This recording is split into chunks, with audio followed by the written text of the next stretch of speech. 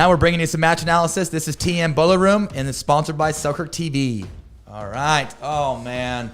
6-1. We got absolutely rolled in this mixed match. And I would assume Cooper, my content guy, obviously chopped this up and gave us his highlight. I would assume that he's probably going to show some points of me winning with Lolo. But to be honest, we got our ass kicked in this match. we totally did. Okay. Putting the return on AL. Yep, little stacking formation. I think I actually just saw a highlight of this point. And, I don't know if I'm going to see it again. Actually, yeah, I think I actually won this point. Oh, nice. Come on. Coming on over. Make yourself useful, Tyson. Make yourself useful on the left. All right, we got the serve coming. Let's break this down here, K-Mac. Let's do it. AL's dropping to me. Yep. Take a ball in yellow. Go to her feet here. Gonna roll this back over to Ben. Keep him honest out wide. Lauren correctly trying to take away that reset up the line, allowing you to clog the middle.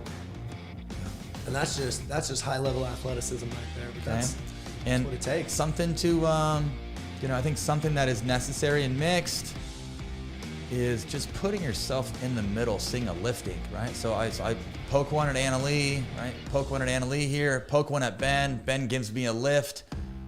Okay. At this point, you're able to dictate. Yep. Even though Benny came at me, but I was able to put myself in the middle by kind of moving my fifth, hitting my fifth cross court. Ben looked to reset in the middle, sped up at me. Show that again. Yeah, I think him hand checking you kind of is what won you the point here. You're able to get through that, and at that point, you were pretty in control. Lift. And if you take a look at the counter here, talk about making contact by your body. I was jammed here. I was totally jammed. You're able to get enough on it. Something that I'm noticing is that when I just make contact closer to my body, I'm able to get my knuckles down and I'm able to just punch better and get that sucker down. And that is the end goal. Anytime you're punching, usually it comes down to who can get the ball down first. So watch here. Benny comes at me. I catch it late. It's into me. I get that sucker down. Yep. Floats. Make yourself useful. Little I formation. Clean up city. That was probably one of the few points that we won in this game, though. It's funny, too, but I mean, even that anticipation, obviously Tyson's level of athleticism at the end is something we can't all do. But right after he hits that ball, he's leaning, he's following the direction of the ball because he knows that's the highest percentage of the angles that he needs to cover. Ben floats one a little bit, and again, it takes a special level of athleticism to hop the kitchen and put that away. Okay, point number 2. Lolo looking great in that red dress, Came to play. Came to play. Make a splash. Came to play. Okay, she's driving. Using that two-hander. Use that two-hander. Okay. Cooper, thank you for showing me a few points that I won. I mean, talk about a generous man. It's all the good ones. Okay, so put the return on AL. Punch. Ben goes at her. She slides. She's able to get a little space. Talked about this earlier in the... Ben's clog in the middle just like you were before. Yeah, but talked about this earlier in the segment. Look at Lolo slide here. Boom. Yep. Boom. Yep. With that first volley, what was going through your mind why you took that one at Ben, as he's coming in? You felt like you could get ahead in it? Because you clearly could have gone deeper to AL for that very first one. Yeah, and honestly, I mean, just like what I had mentioned, I'm trying to get him to lift in the middle. Gotcha. So I can start dictating and moving from there.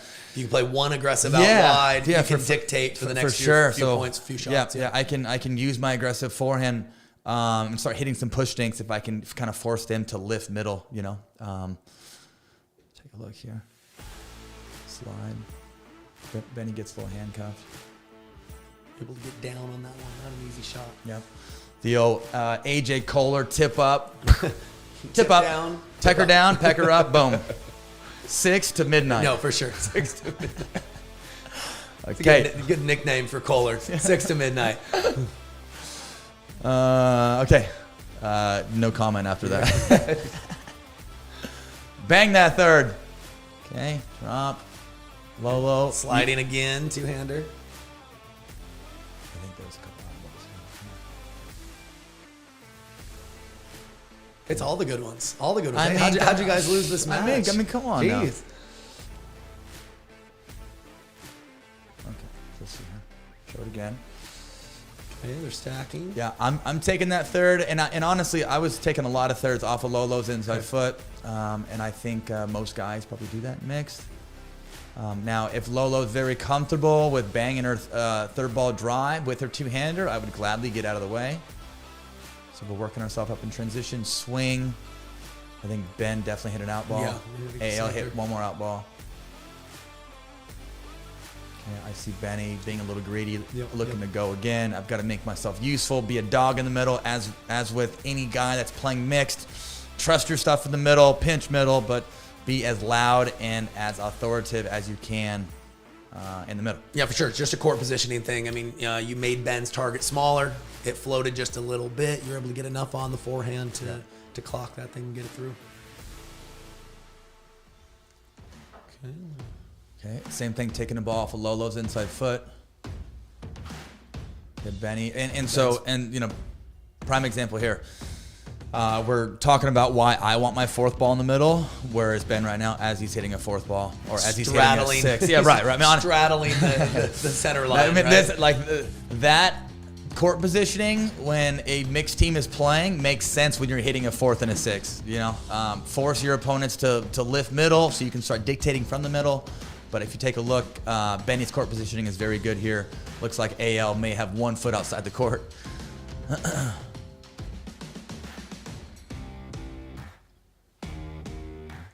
Lolo, get there. I mean, I can't believe the effort. I'm just kidding. No, it's funny, too, because people always ask, you know, like, obviously, AL, she may be the best woman in the world right now, very close to it. And she's off just completely deferring, letting Ben do his thing. And, you know, when you're in control like this, it's just allow these elite players to dictate and kind of build the pattern of the points. He's obviously very comfortable at knowing when to go for it, which shots are at his disposal. And it's not inappropriate for, you know, as a team to just allow your partner when they're aggressive to kind of be the dictator. And sometimes when both people try to dictate, neither person's fully comfortable. So it's just allowing Ben to be comfortable and kind of do his thing, and he ends up finishing with it with a fancier shot than normal, but certainly gives you options.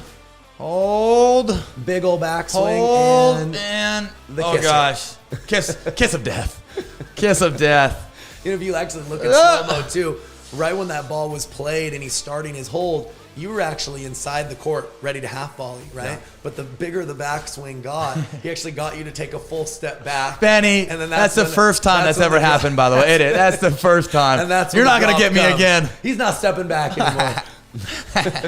But looks like Lolo and I were trying to play some good discipline D. For sure.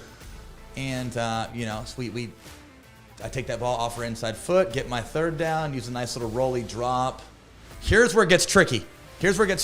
Okay? And honestly, one thing that I did exceptionally well on Friday in mix was be a dog in the middle when we were taking, when we just hit a return and I was hitting a fourth and a sixth and an eighth. I put so much pressure on the girls and just on our opponents by speeding up off the bounce, but just being loud and big in the middle, and more so on the return with our fourth and our sixth and our eighth, and yeah, just making them feel traffic. Yep. And when they feel traffic, their drop consistency goes down. They start second guessing their drop, but there's nothing more frustrating than not being able to get established. You know what I mean? And as you see here, and honestly, the main pressure in this match was not being able to freaking get up. It was true. Benny did such a good job of pushing us around, being aggressive with his fourth. Yep. Couldn't get in. I mean, you played a reset here, and that's the right shot. But you'll notice here, there's just a little bit of air under it, and now he's able to continue to dictate. Yeah, here we are once again. You're diving all over. Back to the grind. Half volley. Yeah, and this is where 002, I mean, obviously, me being on Ben's side, but this is where 002 has helped me, is when I'm being aggressive with my fourth and my sixth, or if I have high balls, I mean, this thing is like a one ball put away. For sure. You know, it gives you freedom to swing.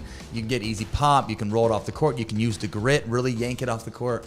It's nice to have a poppy paddle. Well, we talked about how much better is the defense getting. Yeah, right. Everywhere, right? For sure. So if you don't have some thump, something to finally finish the point, it can get very discouraging out there. No, it's true. Here we go. Score is currently 3-9. Here I am again, being a ball hog, taking a third off her inside foot. What's Benny doing again? Yeah, he's just saying an aggressive fourth to you, making you reset, and then allowing that extra lift to give him the time to dictate. Speed up. Line. Got that thing down. Here's a little side angle. This is what we need. Huh? That thing out. Oh, no. I honestly think this thing may have been going out. Again, Benny comes at me. So Benny comes at me. My hands are late getting up. Benny comes at me. Again. Benny comes at me. My hands are late getting up. Yeah, you got a little. No. Looked like you couldn't decide between block and punch. No. It got on me quick. Usually, when the ball gets on you quick up here and you start compensating with your wrist, I mean, if your technique breaks down, it's probably that thing is probably going through you. One thing that I like to talk about during camps is most people think that their hands are slow. You know, like when they've sped up and a counter comes back and the counter comes back high, and their hands are late to getting up for the recounter. Is your hand slow, or to be honest, are you just hitting out balls? Usually, it's people are just hitting out balls. Might have saved him on that one. Yeah, I'm gonna blame it on the out ball. Why not? I do think though, just the pressure from him though. I mean, if there was a flash of thinking counterpunch in your mind at the last second, it's probably because you've reset several, and I don't want to reset again. And he's continued to dictate. No, right. So I want to make him pay. Is like, hey, I got to take control back in this point. So it forces you to go for more uncomfortable shots. And just like what K-Mac mentioned here, in order to not be bullied, and we talk about this during camps, in order to not be bullied during camps, or in order to not be bullied just in general, if you're having a hard time coming in and like your opponent's being aggressive with their fourth and their sixth and their eighth, if you're only blocking and you don't make them second guess or you don't make them pay or swing a little bit, you're going to continue feeling traffic. The only way to feel like a little lighter traffic is by swinging or either finding a different golden ticket or hitting a drop in more of like a hybrid version where it gets down and they have to surrender, and so they can't be aggressive off the bounce, right? Yeah, no, I mean, even I would say a couple of years ago when you and I would drill and you got one person back in transition working on their blocks, we would just go block. But now there's really value in doing 2 or 3 blocks and then trying to just swing on one, because it changes the perspective and the tempo so much for the person up feeling like they're in control. Like you said, sometimes that change of pace is the difference in them surrendering and actually being able to get to neutral, which is the goal. Okay.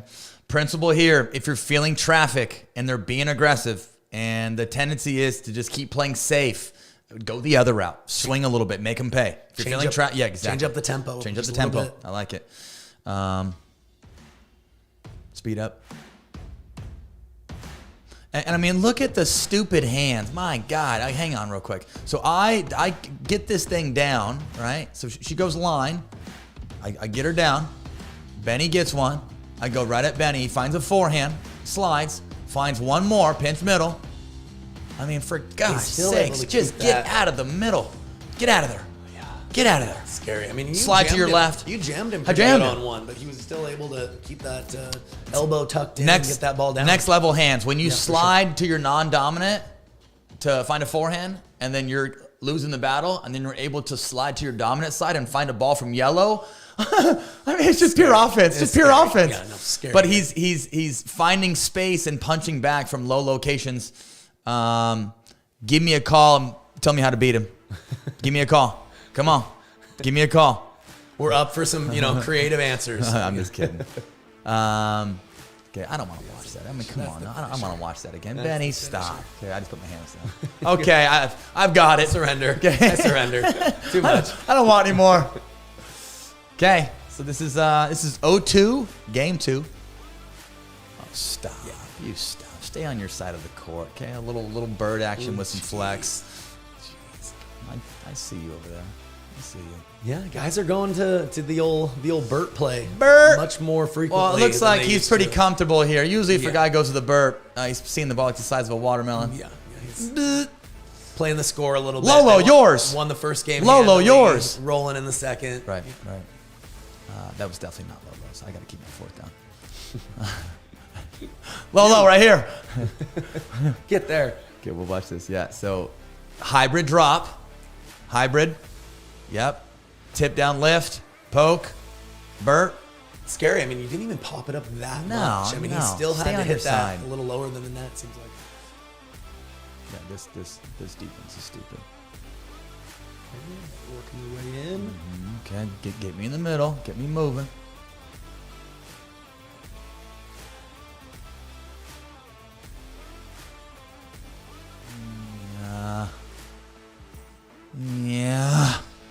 So was that a theme with Annalie? Was she being pretty bold and testing you, keeping you honest on your line? It seems like she's been speeding up a bit. Well, this whole back match was behind just you. pure offense. It was pure offense. Yep.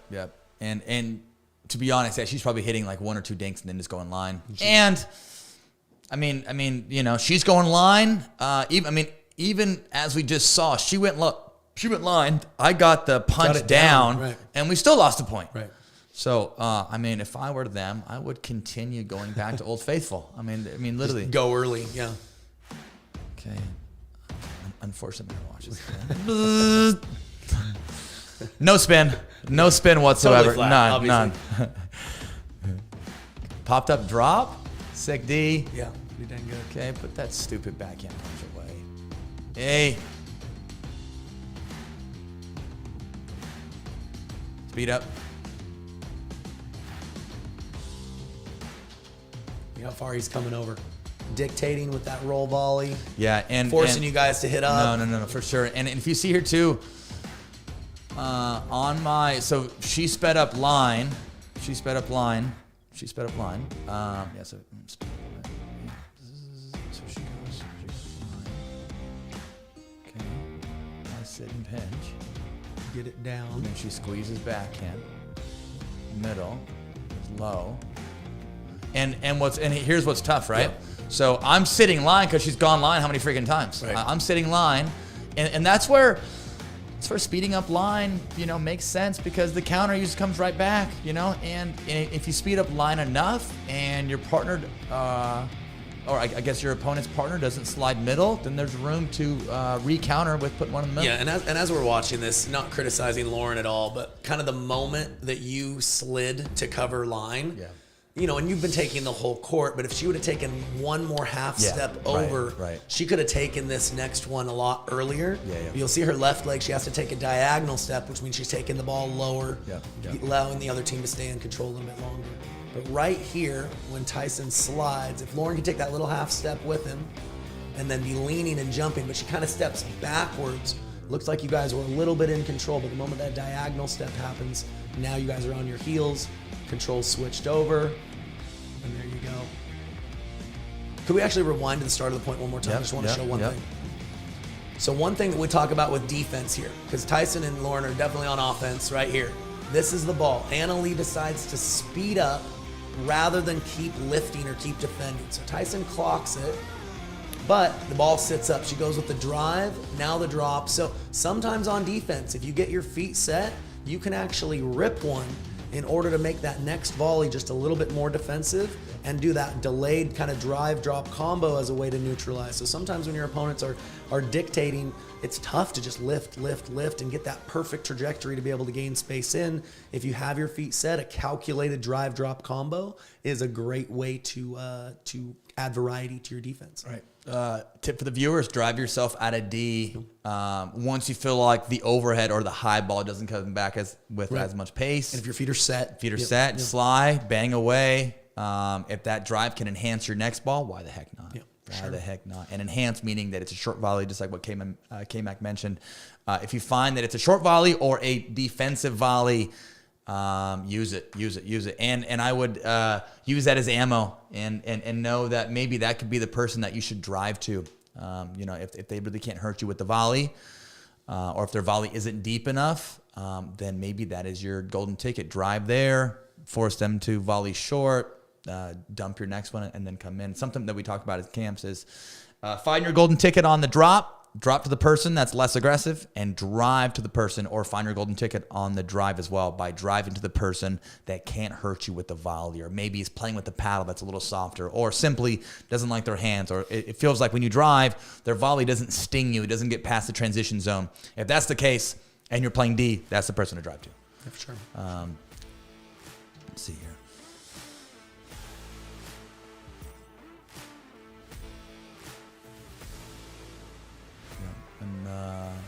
Ayo was speeding up off of Lolo hit like a pretty aggressive rolly forehand dink, but it kind of sat up a little bit.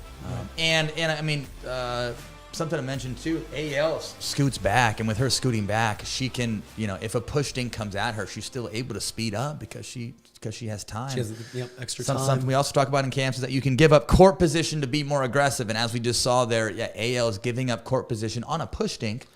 And she's kind of the master at that, right? Still able to find the apex and beat me up the line. Dang it! There's not one way to play for sure. Can make myself useful.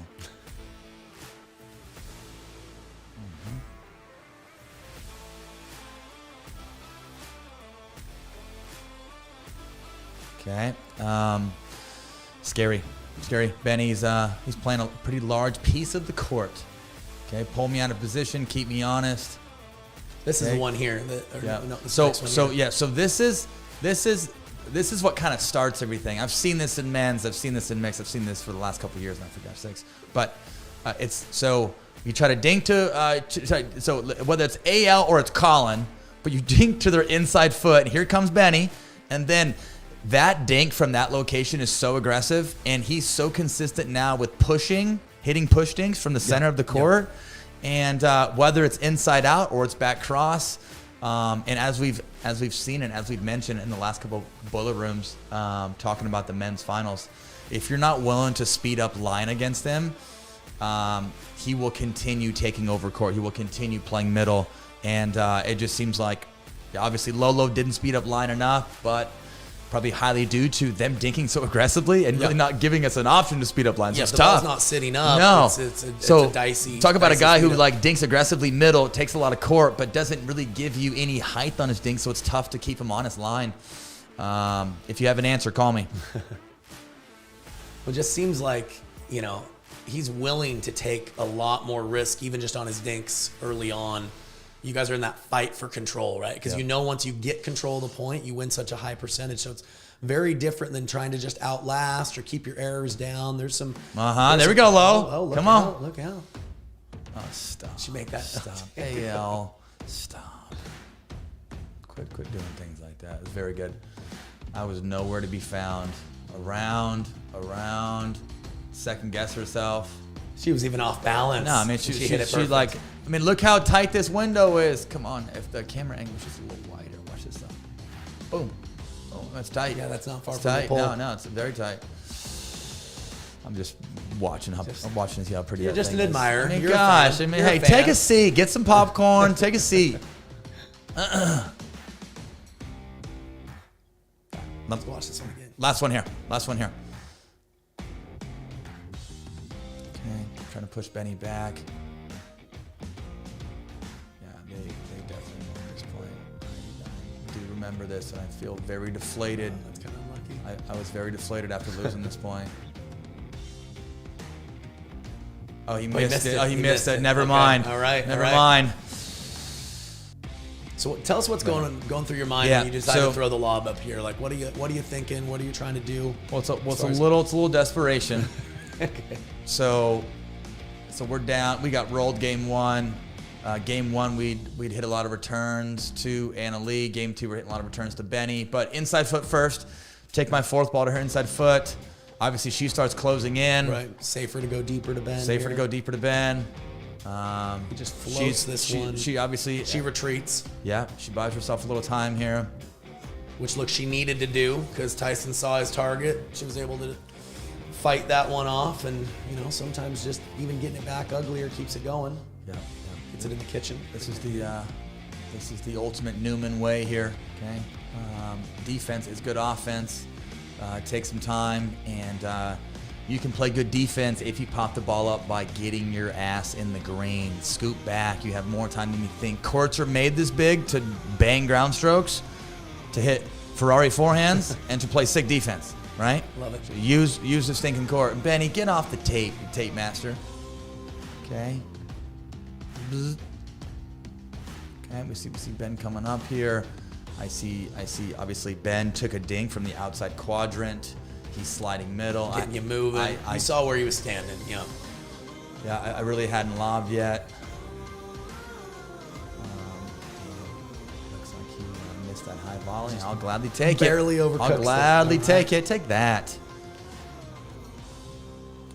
Well, it's like we were talking about earlier. Obviously, you ended up losing the match, but it wasn't going your way. Losing a wide variety of ways, right? Don't go home in your car thinking, "Oh my gosh, I lost the same weight today." Try some new stuff. But I mean, honestly, I know we're joking around about it, but sometimes just one creative shot is just enough to get the belief going. And you can latch onto it. For sure. Just change up the patterns. Try to find that honey hole, as Sperling would say. Find that honey hole. Watch the story, okay? They're always telling stories. What is the story telling you? I love it.